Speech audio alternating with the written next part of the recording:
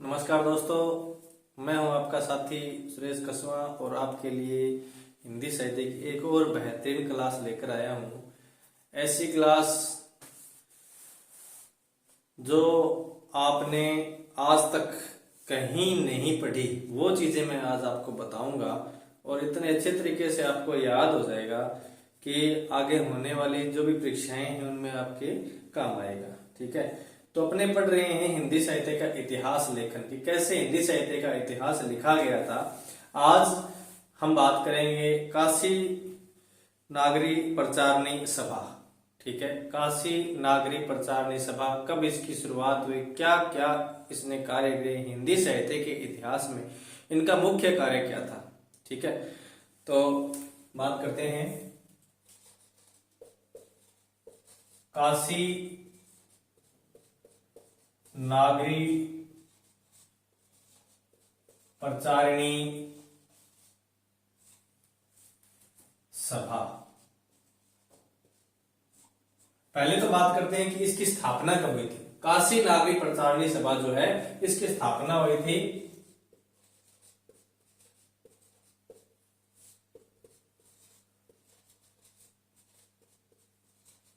16 जुलाई 1993।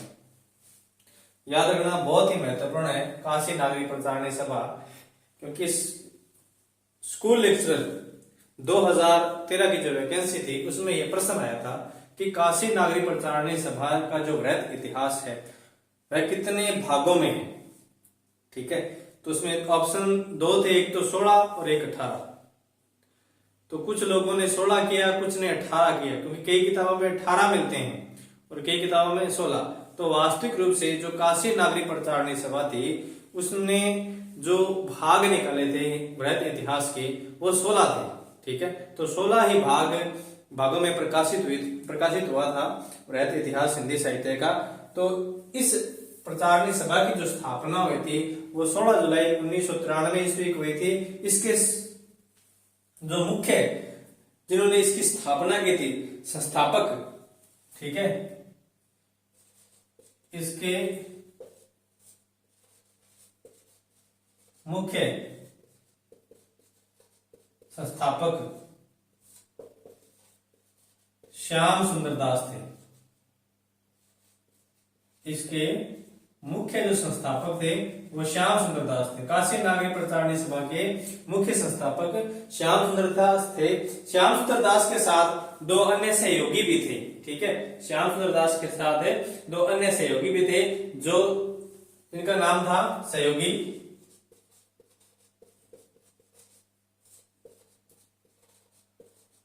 राम नारायण मिश्र और शिव कुमार मिश्र।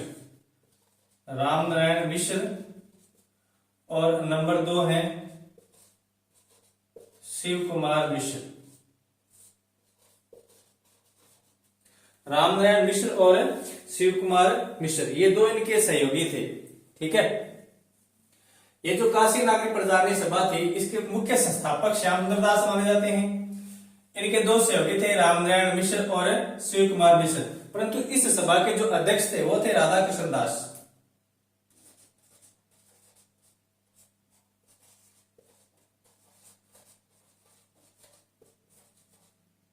सभा के अध्यक्ष थे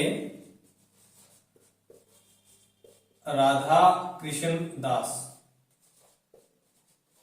ठीक है, काशी नागरी प्रचारणी सभा स्थापना हुई थी 16 जुलाई 1993 को। इसके मुख्य संस्थापक श्याम सुंदर दास थे, सहयोगी थे रामनारायण मिश्र और शिव कुमार मिश्र, और सभा के जो अध्यक्ष थे वो राधा कृष्ण दास थे। राधा कृष्ण दास कौन थे? राधा कृष्ण दास जो थे वो भारतेंदु जी के फुफेरे भाई थे। कौन थे ये?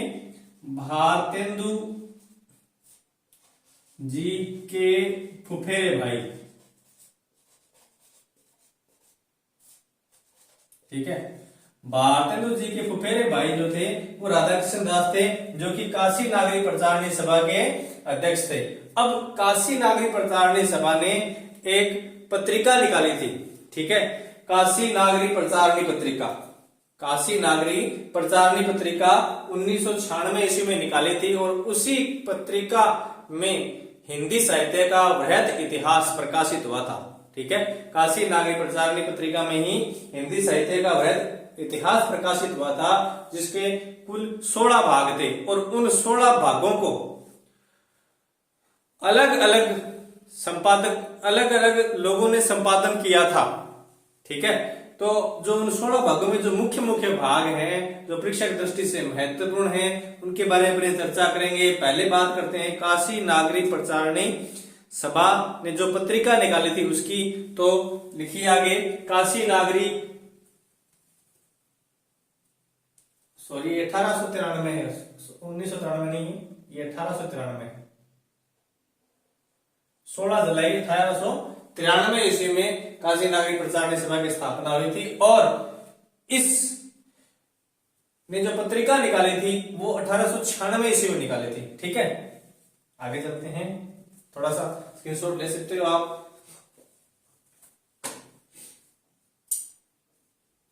ठीक है, चले आगे।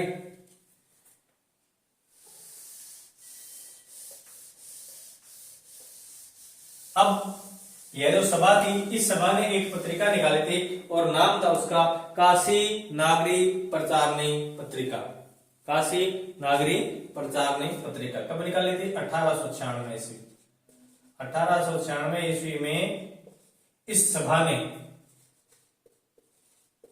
काशी नागरी प्रचारिणी पत्रिका, काशी नागरी प्रचारणी पत्रिका 1896 ईस्वी में काशी नागरी प्रचारणी पत्रिका इस सभा ने निकाली थी। शुरू में यह जो पत्रिका थी ये त्रैमासिक थी और यह शोध पत्रिका थी। ठीक है, यह शोध पत्रिका थी, यानी हिंदी साहित्य के इतिहास को शोध कर रही थी, इसलिए यह शोध पत्रिका थी।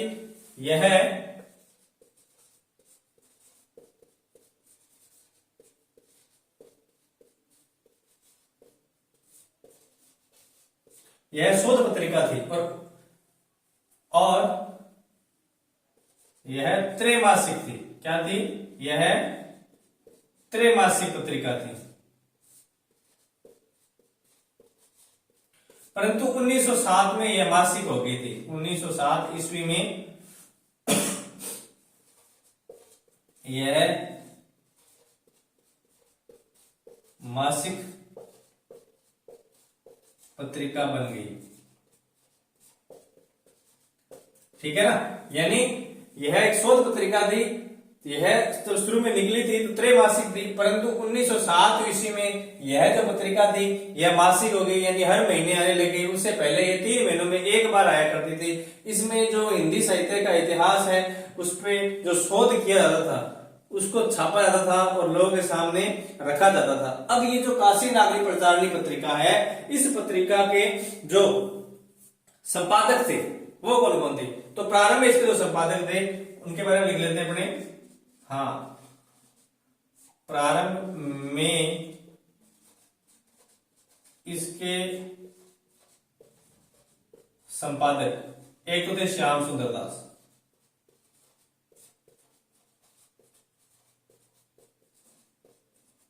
ठीक है, दूसरे थे राधा कृष्ण दास,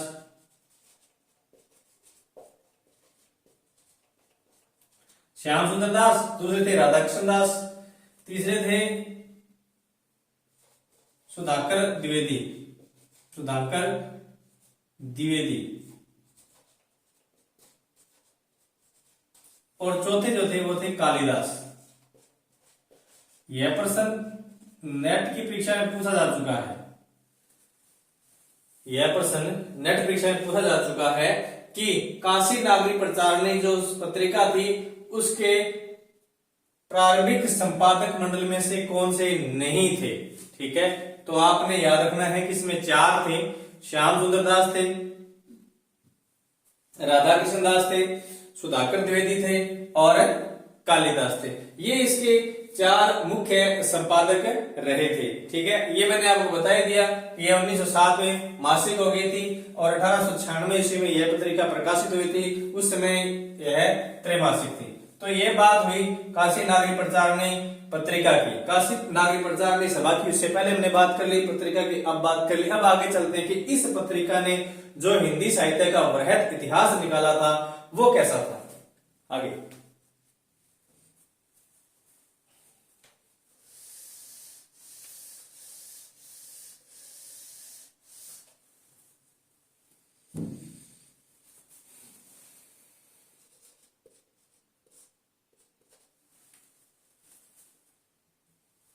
इस सभा ने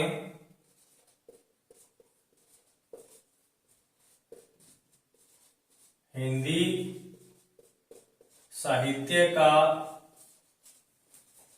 वृहत इतिहास, हिंदी साहित्य का वृहत इतिहास ग्रंथ निकाला था।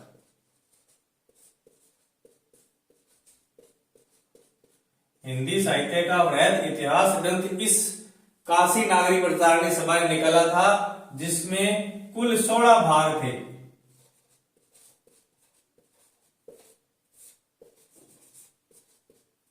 कुल 16 भाग थे। यह प्रश्न आ चुका है, ठीक है, और आया किसमें था? स्कूल लेक्चरर में। स्कूल लेक्चरर में यह प्रश्न आ चुका है। इसमें कुल कितने भाग थे? इसमें कुल 16 भाग थे और इसका नाम क्या था? हिंदी साहित्य का वृहत इतिहास। याद रख लीजिए, यह प्रश्न भी आ चुका है कि काशी नागरिक प्रचारणी सभा ने हिंदी साहित्य का कौन सा ग्रंथ निकाला था, या हिंदी साहित्य का वृहत इतिहास ग्रंथ किसने निकाला था? तो काशी नागरिक प्रचारणी सभा ने निकाला था और इसमें कुल 16 भाग थे। 16 भाग की मैं बात नहीं करूंगा, अपने बात करेंगे मुख्य मुख्य जो है उनकी बात करेंगे। जैसे पहला जो भाग था वह था हिंदी साहित्य की पीठिका। एक बार आ चुका है नेट की परीक्षा में कि हिंदी साहित्य की जो पीठिका ग्रंथ था वह किसने लिखा था, उसका संपादन किसने किया था? तो उसका संपादन किया था राजबली पांडे ने। ठीक है, तो पहले भाग कौन सा था? हिंदी साहित्य की पीठिका। भाग, नाम और संपादक। ठीक है, प्रथम भाग की बात करते हैं। नाम था हिंदी साहित्य की पीठिका। हिंदी साहित्य की पीठिका, राजबली पांडे। किसे निकाला था? राजबली पांडे। हिंदी साहित्य की पीठिका जो पहला भाग था वह राजबली पांडे निकाला है। यह बहुत इंपॉर्टेंट है, वेरी वेरी इंपॉर्टेंट है। एक बार कॉलेज लेक्चर में यह प्रश्न आ चुका है, कॉलेज लेक्चर की परीक्षा में यह प्रश्न आ चुका है कि हिंदी साहित्य का वृहत इतिहास का जो पहला भाग था हिंदी साहित्य की पीठिका, उसके संपादक कौन थे? तो हिंदी साहित्य की पीठिका के जो संपादक थे वो थे राजबली पांडे। ठीक है, अब बात करेंगे चौथे भाग की। मैंने कहा पहले कि मुख्य मुख्य जो भाग है उसी की बात करेंगे। अपने 16 भाग हैं, 16 आपको याद नहीं रह सकते, ना ही उनके नाम याद रख सकते हैं, ना ही संपादक याद रख सकते हैं। जो मुख्य मुख्य हैं वो अपने याद रखने हैं, उन्हीं को पढ़ना है जो हमारी परीक्षा में ज्यादा महत्वपूर्ण है। जैसे चौथा भाग है भक्ति काल निर्गुण भक्ति।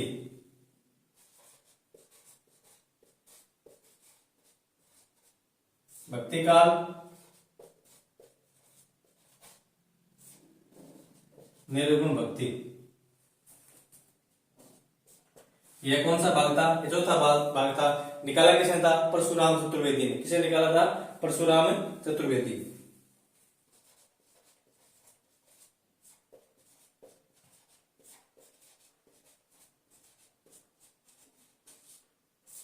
ठीक है, चौथा भाग था भक्ति काल निर्गुण भक्ति और इसको निकाला था परशुराम चतुर्वेदी ने। अब बात करेंगे पांचवें भाग की। पांचवा भाग भक्ति काल सगुण भक्ति।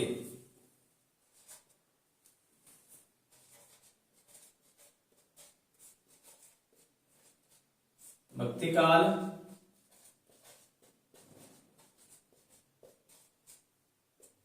सगुण भक्ति किसे निकाला था? विजेंद्र स्नातक।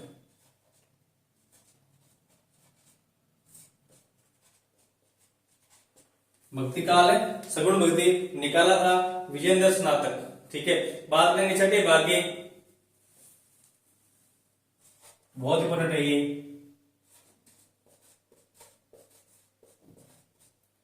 रीतिकाल रीतिबद्ध। रीतिकाल रीतिबद्ध निकाला किसने था? डॉक्टर नगेंद्र ने। डॉक्टर नगेंद्र ने, ठीक है। किसने निकाला था? डॉक्टर नगेंद्र ने। ये इंपॉर्टेंट है भाई। रीतिकाल रीतिबद्ध का संपादन किसने किया था?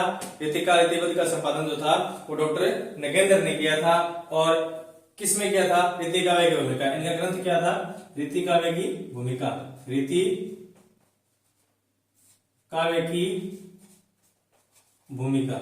इस ग्रंथ में इन्होंने इस रीतिकाल रीतिबद्ध जो कि वृहद इतिहास था इसका संपादन किया था। इसमें इसका जिक्र मिलता है रीति काव्य की भूमिका में, जो कि इनका ग्रंथ है, ठीक है। डॉक्टर नगेंद्र ग्रंथ का क्या नाम है? रीति काव्य की भूमिका। याद रखना, रीति काव्य की भूमिका किसका है? डॉक्टर नगेंद्र का। और रीतिकाल रीतिबद्ध का संपादन भी किसने किया है? डॉक्टर नगेंद्र ने किया है। स्क्रीनशॉट ले लीजिए, फिर आगे चलते हैं।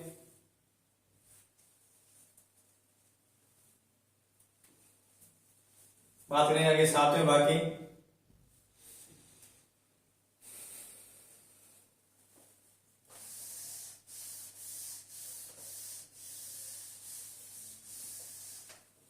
रीतिकाल रीतिमुक्त भागीरथ मिश्र।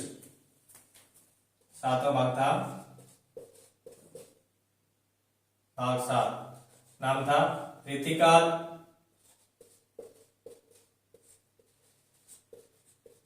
रीतिमुक्त। संपादक कौन थे?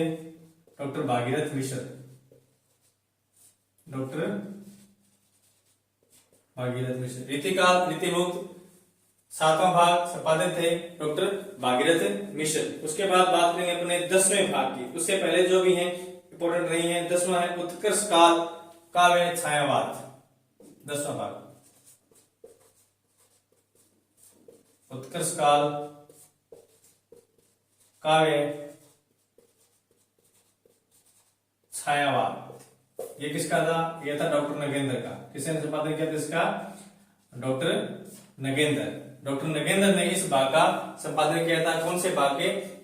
जो वृहद इतिहास था उसका 10वां भाग था, उसका संपादन डॉक्टर नगेंद्र ने किया था। उसके बाद 15वां और 16वां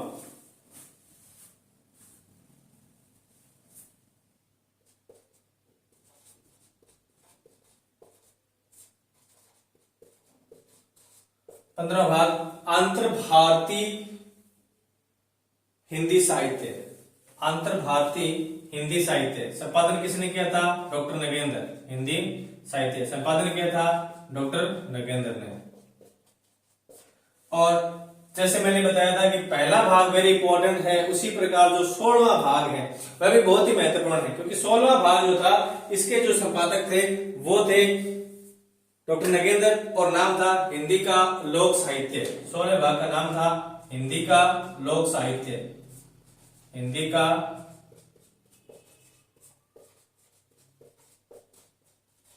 लोक साहित्य। इसका संपादन भी किसने किया था? इसका संपादन भी डॉक्टर नगेंद्र ने किया था। तो इस प्रकार से 16 भाग थे। अब आपको मुख्य मुख्य याद रखना है कि छठा, 10वां, 15वां और 16वां। छठा, 10वां, 15वां, सॉरी 16वां नहीं है, 16वां तो राहुल सांकृत्याय का था। 16वां भाग जो था, इसी के 3 ही थे। राहुल सांकृत्याय हिंदी का लोक साहित्य, राहुल सांकृत्याय, राहुल सांकृत्याय, ठीक है। हिंदी का लोक साहित्य किसका था? राहुल सांकृत्याय का था। उससे पहले अंतर भारतीय हिंदी साहित्य डॉक्टर नगेंद्र का था। तो कई बार पूछ सकते हैं कि डॉक्टर नगेंद्र ने कौन कौन से भाग प्रकाशित करवाए हैं। तो क्योंकि महत्वपूर्ण आलोचक है डॉक्टर नगेंद्र, क्योंकि हिंदी साहित्य का जो काल विभाजन है वो डॉक्टर नगेंद्र का ही प्रसिद्ध है। हिंदी साहित्य काल विभाजन डॉक्टर नगेंद्र का ही प्रसिद्ध है और सर्वमान्य भी है, ठीक है। और उसी के अनुसार हिंदी साहित्य को अपने पढ़ते आए हैं और पढ़ेंगे भी, ठीक है। तो डॉक्टर नगेंद्र का जो नगेंद्र ने इस हिंदी साहित्य के वृहद इतिहास में कौन कौन से भाग प्रकाशित किए थे? तो एक तो उन्होंने करवाया था छठा, और एक 10वां और एक 15, ठीक है। डॉक्टर नगेंद्र ने 3 भाग प्रकाशित करवाए हैं, सबसे ज्यादा इसी ने करवाए हैं, छठा, 10वां और 15, ठीक है। 3 भागों में डॉक्टर नगेंद्र ने सहयोग किया है, संपादन किया है हिंदी साहित्य के वृहद इतिहास में। अब आगे बात करते हैं अगले आलोचक की।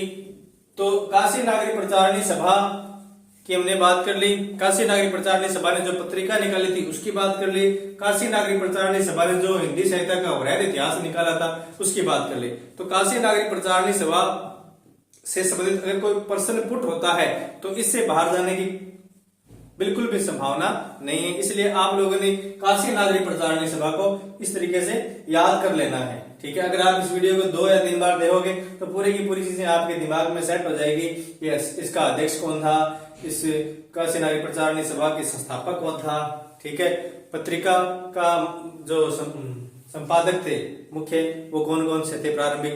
ठीक है, अब आगे बात करेंगे अगले आलोचक की, जिनका नाम है रामस्वरूप चतुर्वेदी।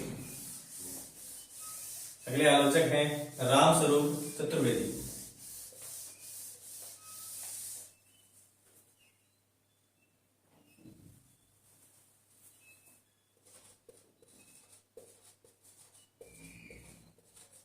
रामस्वरूप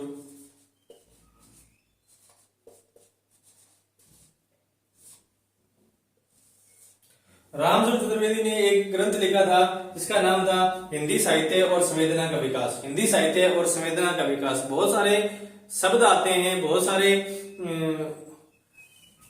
कथन आते हैं संवेदना से संबंधित। अगर जिस कथन में संवेदना शब्द आपको नजर आ जाए तो आप उसमें श्योर हो सकते हो कि यह जो कथन है यह रामस्वरूप चतुर्वेदी ने ही कहा होगा, संवेदना शब्द। ठीक है, ग्रंथ का नाम है हिंदी साहित्य का संवेदना और विकास।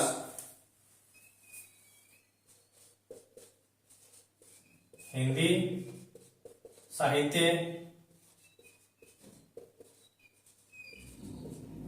संवेदना और विकास।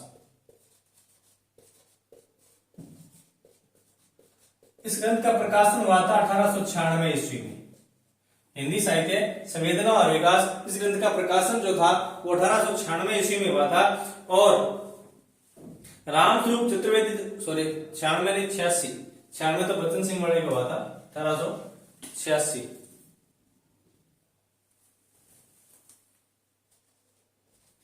ठीक है, तो रामस्वरूप चतुर्वेदी ने जो छायावाद था उसको शक्ति का काव्य कहा है। ठीक है, इन्होंने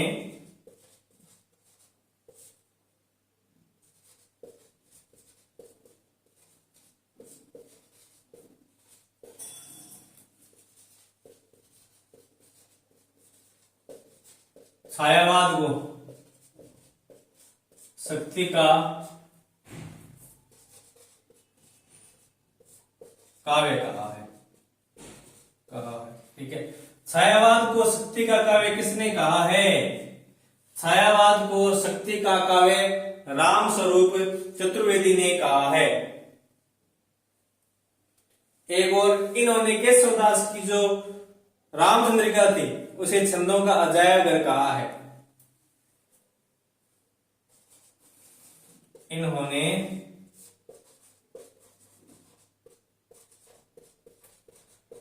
केशवदास की रामचंद्रिका को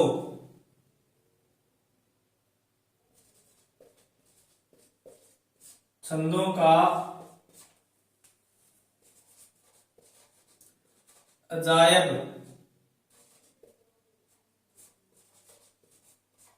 घर कहा है। ये सारी की सारी बातें छायावाद को शक्ति का काव्य या केशवदास की रामचंद्रिका को छंदों का अजायब घर, जो भी इन्होंने कहा है, ये सारी की सारी बातें आपको कहां मिलेगी? हिंदी साहित्य और हिंदी साहित्य संवेदना और विकास। ठीक है, हिंदी साहित्य संवेदना और विकास, इस ग्रंथ में आपको इस हिंदी साहित्य और संवेदना का विकास, उल्टा लिख दिया, हिंदी साहित्य और संवेदना का विकास, ग्रंथ का नाम है हिंदी साहित्य और संवेदना का विकास। हिंदी साहित्य और संवेदना का विकास नामक जो ग्रंथ है उस चीज में ये दोनों ही बातें इन्होंने लिखी है। कि छायावाद शक्ति का काव्य है, छायावाद को शक्ति का काव्य कहा है, और केशवदास की रामचंद्रिका को छंदों का अजायब इन्होंने कहा है हिंदी साहित्य और संवेदना का विकास नामक ग्रंथ में। और इन्होंने क्या कहा है, और इन्होंने ये भी जो अपने किताब में पढ़ा है कि प्रताप नारायण मिश्र शकुंतला नाटक में स्त्री का पात्र करने के लिए अपनी मूंछें मंडवा ली थी। ठीक है, वो जो बात है वो हमें इनके इस ग्रंथ में मिलती है।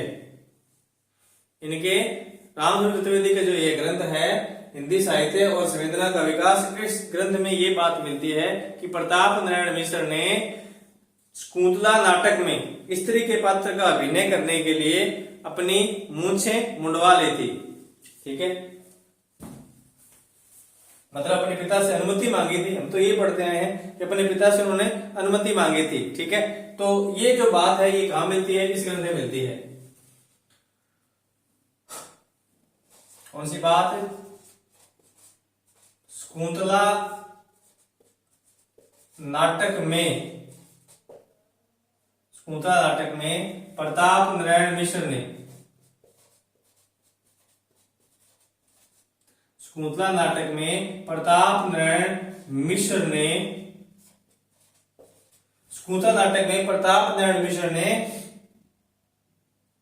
स्त्री का पात्र करने के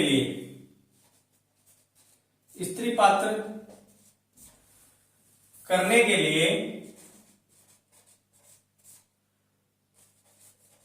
अपनी मूंछें कटवाने की अपने पिता से अनुमति मांगी थी। अपने पिता से अनुमति मांगी थी। इसका उल्लेख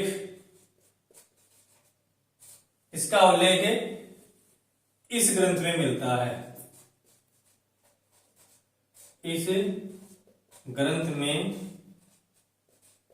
मिलता है। ठीक है, कौन से ग्रंथ में? इस ग्रंथ में, हिंदी साहित्य और संवेदना का विकास। इस ग्रंथ में इस बात का जिक्र मिलता है कि शकुंतला नाटक में प्रताप नारायण मिश्र ने स्त्री का पात्र करने के लिए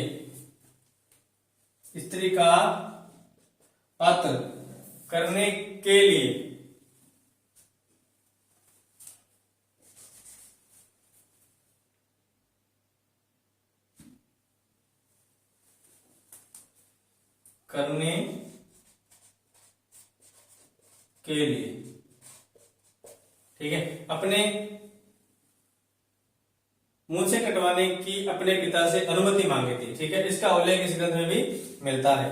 रामस्वरूप चतुर्वेदी ने हिंदी साहित्य और संवेदना का अपने इतिहास ग्रंथ में हिंदी साहित्य और संवेदना का बराबर ध्यान रखा है। ठीक है, साहित्य का भी पूरा ध्यान रखा है और साहित्य से संबंधित जो संवेदनाएं हैं उन संवेदनाओं का भी पूरा ध्यान रखा है। तो ये थे अपने रामस्वरूप चतुर्वेदी। इनसे संबंधित मुख्य मुख्य बातें जो परीक्षा की दृष्टि से महत्वपूर्ण है उस पर हमने चर्चा की। अब आगे चलते हैं, डॉक्टर बच्चन सिंह और सुमन राजे उनके जो ग्रंथ हैं उनके बारे में लिख लेते हैं। स्क्रीनशॉट ले लीजिए अगर आपको ये इंपॉर्टेंट लगती है तो। फिर आगे चलते हैं।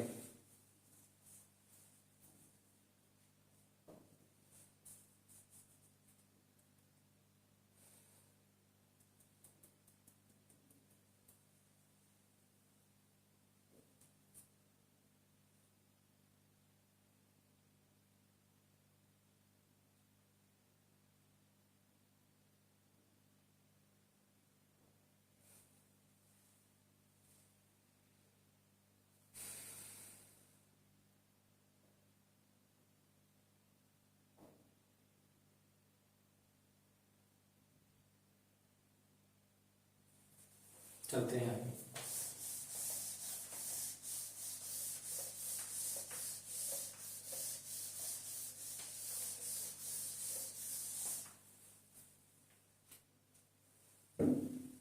डॉक्टर बच्चन सिंह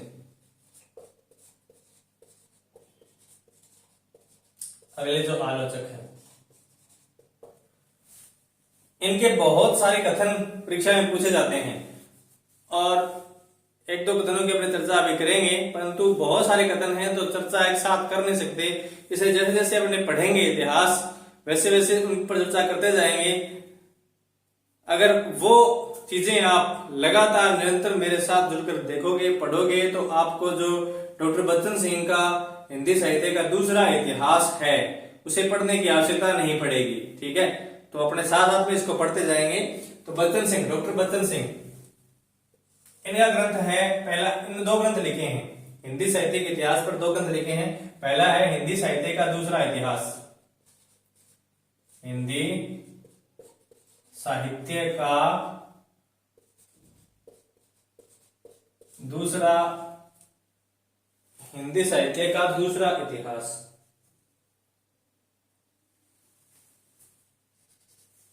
हिंदी साहित्य का दूसरा इतिहास कब लिखा था? 1896 में। देखो, रामसूत्र चतुर्वेदी ने हिंदी साहित्य और संवेदना का विकास वो 1886 ईस्वी में लिखा था और इन्होंने हिंदी साहित्य का दूसरा इतिहास 1896 ईस्वी में लिखा है। ठीक है, तो ये थोड़ा सा ध्यान रखना, पहले उन्हें कंफ्यूज हो गए थे, 96 कर दिया था, तो वो 86 है और ये 96 है। और दूसरा जो ग्रंथ है वो है आधुनिक हिंदी साहित्य। दूसरे ग्रंथ का नाम है आधुनिक हिंदी साहित्य, आधुनिक हिंदी साहित्य का इतिहास। ये दो ग्रंथ इनके मिलते हैं। ठीक है, एक तो हिंदी साहित्य का दूसरा इतिहास जो कि 1896 ईस्वी में लिखा था, एक मिलता है आधुनिक हिंदी साहित्य का इतिहास। इसके बारे में प्रश्न कई बार आ चुके हैं। हिंदी साहित्य का दूसरा इतिहास कब लिखा गया था, किसने लिखा था? ठीक है, आधुनिक हिंदी साहित्य का एक बार ये प्रश्न पूछा जा चुका है। आधुनिक हिंदी साहित्य का इतिहास ग्रंथ के लेखक कौन है? डॉक्टर बच्चन सिंह। ठीक है, हर एक पर्सन है, हर एक लाइन ही पर्सन है, इस बात को आप ध्यान रखिए। ठीक है, इन्होंने, बच्चन सिंह ने क्या कहा है? बच्चन सिंह ने विद्यापति को जातीय कवि कहा है। इन्होंने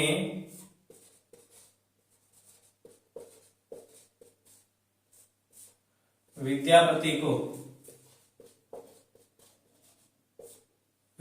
को जातीय कवि कहा। क्या कहा है? जातीय कवि।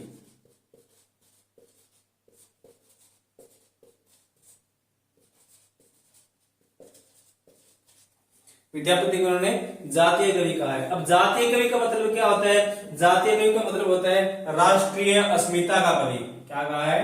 राष्ट्रीय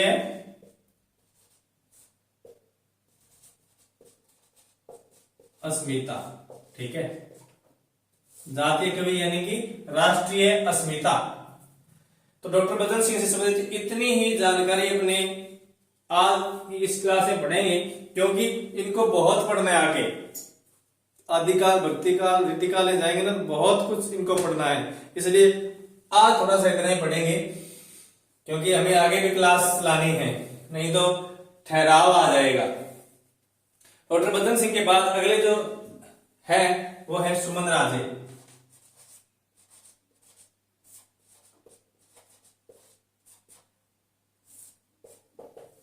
पर इनके जो ग्रंथ है वह है हिंदी साहित्य का आधा इतिहास। हिंदी साहित्य का आधा इतिहास 2003। ठीक है, हिंदी साहित्य का आधा इतिहास ग्रंथ किसका है? सुमन राजे का। कब लिखा गया था? 2003। हिंदी साहित्य का आधा इतिहास सुमन राजे 2003। हिंदी साहित्य का आधा इतिहास सुमन राजे 2003। और अंत में लिखेंगे अपने नीरज माधव। नीरज माधव ओझल नारी का, हिंदी साहित्य का ओझल नारी इतिहास। हिंदी साहित्य का ओझल नारी इतिहास। ग्रंथ का क्या नाम है? हिंदी साहित्य का ओझल नारी इतिहास। यह प्रश्न भी आ चुका है पेपर में।